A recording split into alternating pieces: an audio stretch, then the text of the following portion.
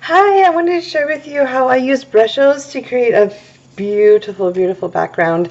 Let me show you the background. It is absolutely stunning, and you're going to wish you had Brushos after this. That's the background. And all I used was the ultramarine Brushos and the purple Brushos.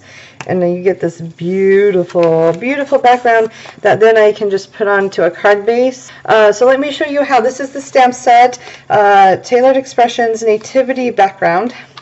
And so what I did was I used 140-pound watercolor Canson paper, 140 pound, and I stamped this stamp with Archival ink. Archival ink will stain your stamp, but it's not going to leave, like I could use embossing ink and you would not be able to see any of the black.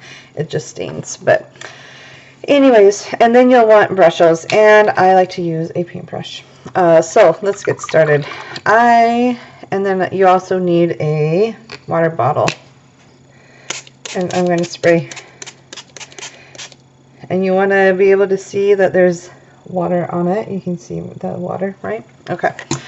So now I go from light to dark. So because I know purple is my darkest value on the color wheel, I go with my blue first, because I can always add, but I can't take away. So, and you can already tell that, look at that, pigment's just going. It's such a fun way to create a background. It's like it just comes alive just by tapping it. It's so cool.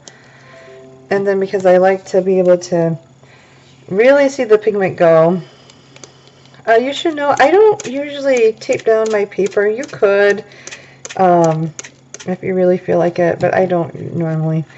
And then because this pigment is so fun, I'm going to just tilt it one way and tilt it the other way. And if I see where I want maybe some pigment to go, I'll gently use my brush to dab it. But what I don't want to have happen is I don't want it to just become one color. I want all that texture. And I'll go down here and I'll just add a little bit, paying attention to my horizon line.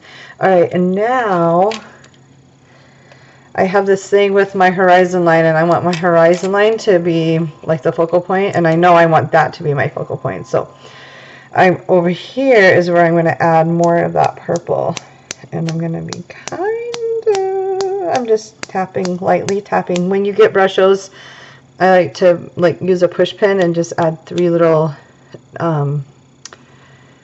like holes at the top, and you can already see it kind of. But when you add water, it really, really just adds to the sky. I'm not spraying it very much. I'm very lightly spraying it. And now I can see where I want more of the purple.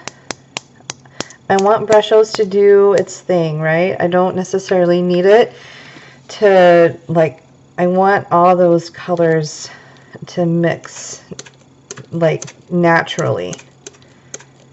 And I really like how there's blue right here and up here.